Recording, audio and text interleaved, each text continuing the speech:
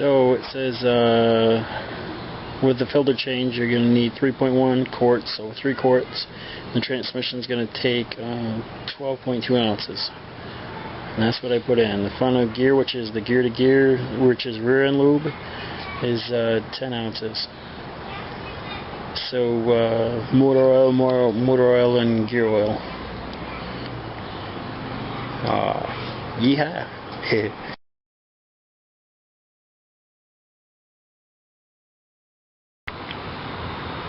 All over this body, it's got these plastic things that hold it together.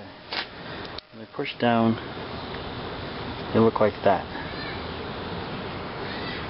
All you gotta do is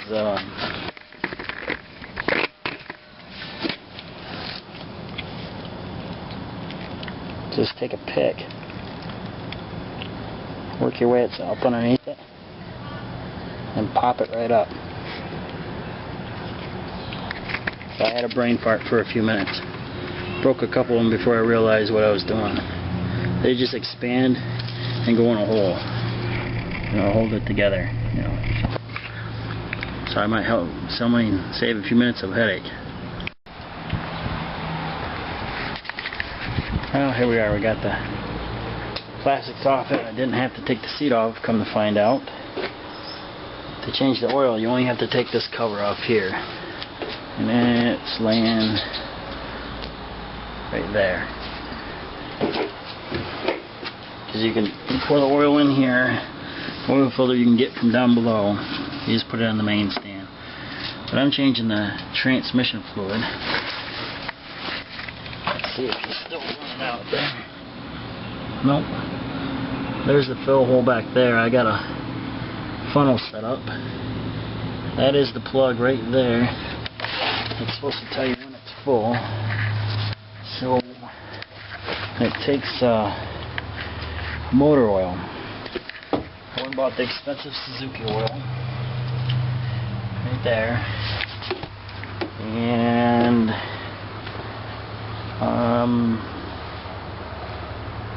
where is the funnel? Where is the funnel?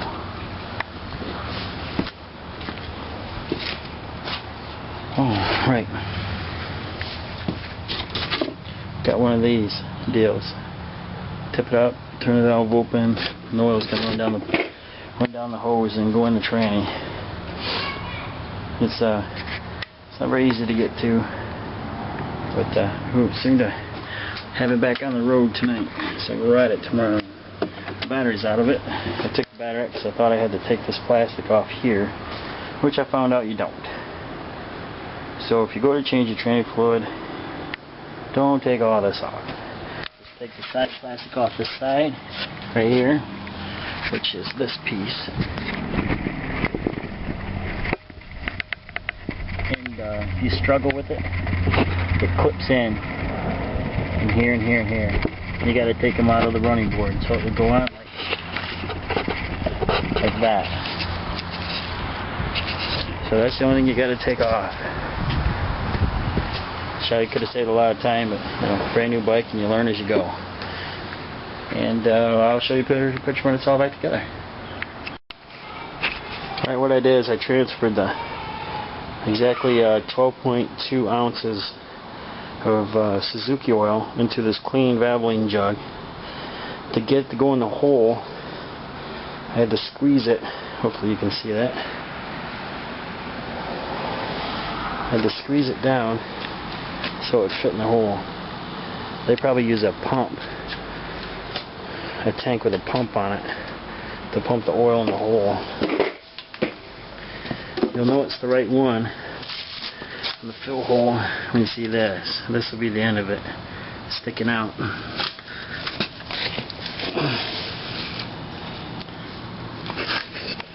Let's see.